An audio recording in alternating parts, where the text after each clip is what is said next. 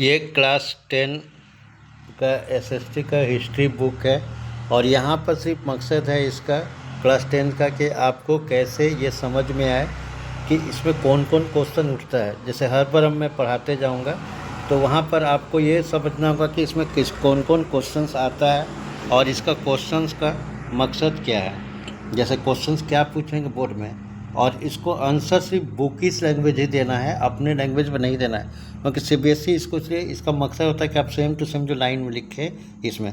तो ये इंट्रो है, ये नेशनलिज्म इन इंडिया का ये जो पहला वाला चैप्टर है, पहला चैप्टर का जो सब शुरू में आता है ये वाला जो है ये नेशनलिज्म इन इंडिया, ये चैप्टर 2 है क्लास 10 का एसएसटी का हिस्ट्री का।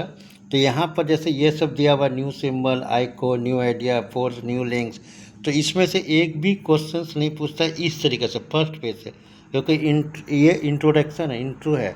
इसमें यह बताया जाता है कि किस तरीके से इंडिया में नेशनलिज्म आया, यानी राष्ट्रवाद आया, कैसे पीपुल्स जो पहले अपने एक क्षेत्र के लिए, रीजन्स के लिए मरते थे, तो पूरे इंटायर कंट्री के लिए वो जीने लगे, समझने लगे। अब इसमें बहुत सारा कहानी है, अगर इसमें देखेंगे तो 1757 में बैटल ऑफ प्लासी हुआ, फिर 1857 में फर्स्ट रिवोल्ट हुआ, यानी फर्स्ट रिवोल्ट की जो पहली बार कहा जाता है कि फ्रीडम स्ट्रगल के लिए इंडियन लोग लड़े। लेकिन यहाँ पर 1857 से फिर एक लंबा प्रोसेस चला। अगर लंबा प्रोसेस चलते चलते यहाँ पर 1914 से फर्स्ट वर्ल्ड वार स्टार्ट हो गया।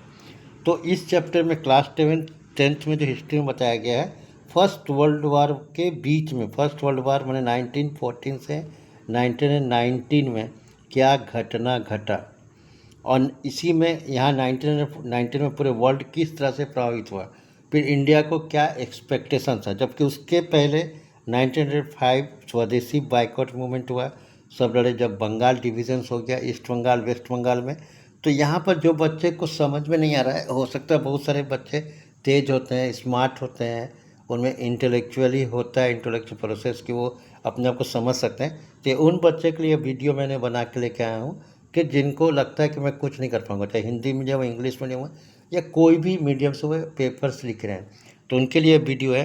तो अब यहाँ पर चलिए देखते हैं कि इसमें जैसे ये फर्स्ट चैप्टर है, फर्स्ट चैप्टर का ये इंट्रोडक्शन है, इसमें ये चीज़ बताया गया। तो यहाँ पर कैसे non cooperation movement, civil disobedience movement, ये सब हुआ। और यहाँ पर ये गांधी जी का एक फ़ोटो है। फिगर्स को ध्यान देना है कि यहाँ पर गांधी जी का जो है मास प्रोसेसन 6 अप्रैल 1919, क्योंकि मैंने पहले ही बताया कि ये जो लिया ये नॉन कोऑपरेशन मूवमेंट का है। तो अब यहाँ पर चलिए हम लोग पहला जो देखते हैं, जो फर्स्ट जो क्वेश्चन उठता है वो है पहला जो आ रहा है फर्स्ट चैप्टर 2 का जो फर्स्ट सब टाइटल है, the first world war. First world वार कब से कब हुआ, 1949 टू 1919।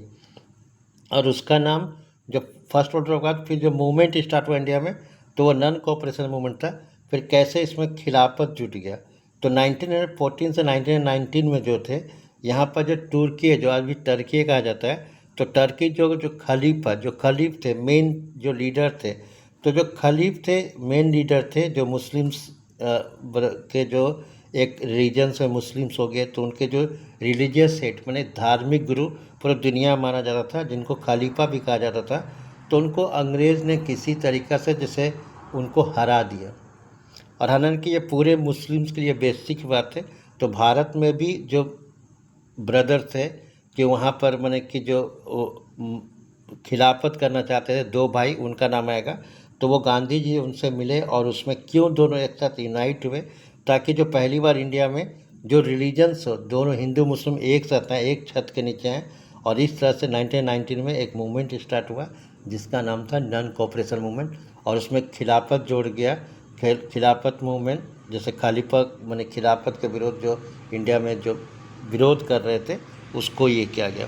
तो अब यहाँ पर देखें कि यहाँ पर इसमें अब हम जो पहला क्वेश्चन उठेगा, जो नहीं आया है, पिछले 2-3 साल से नहीं आया है, तो जो पहला क्वेश्चन उठेगा तो उसमें इस पैराग्राफ से आएगा कि फर्स्ट वर्ल्ड में क्या हुआ।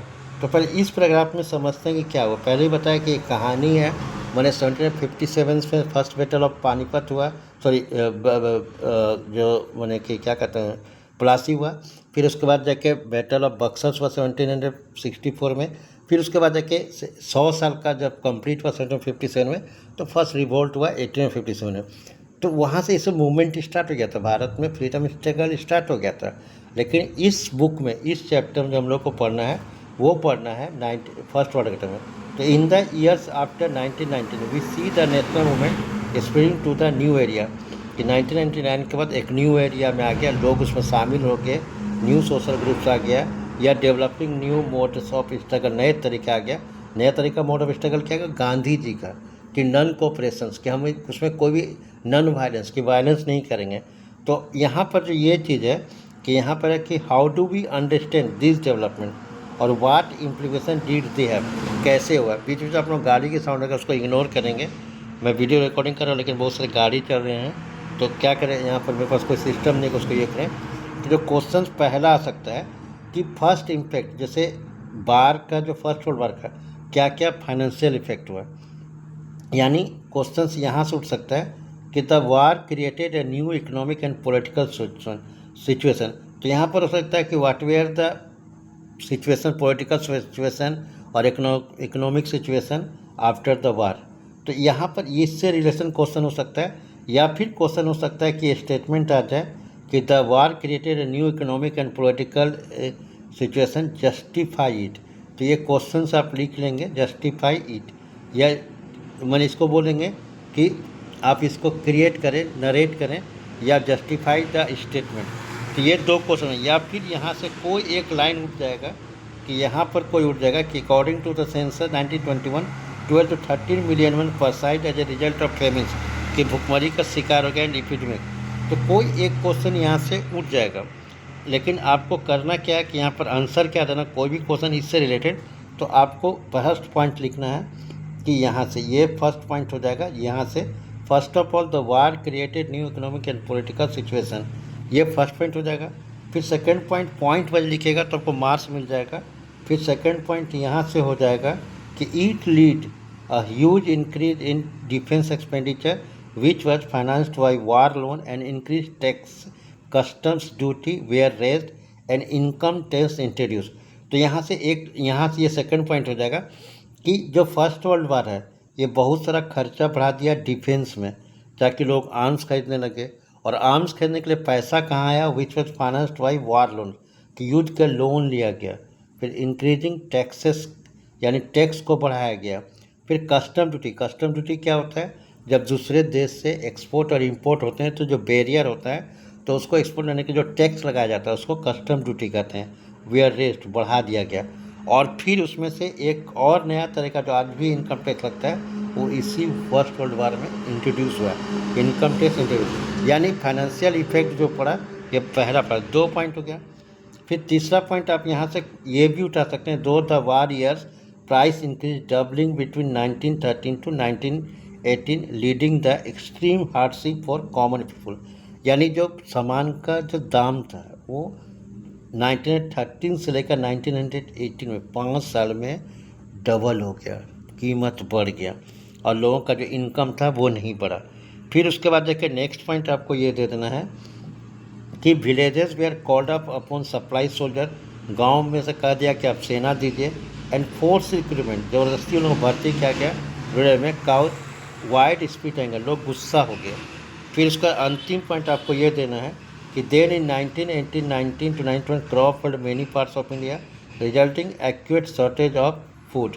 और उसके बाद देखिए एक पॉइंट यहाँ बन रहा है कि this contrived by an influenza epidemic, एक बीमारी फैल गया और इसका भुखमरी का मैंने सब जगह।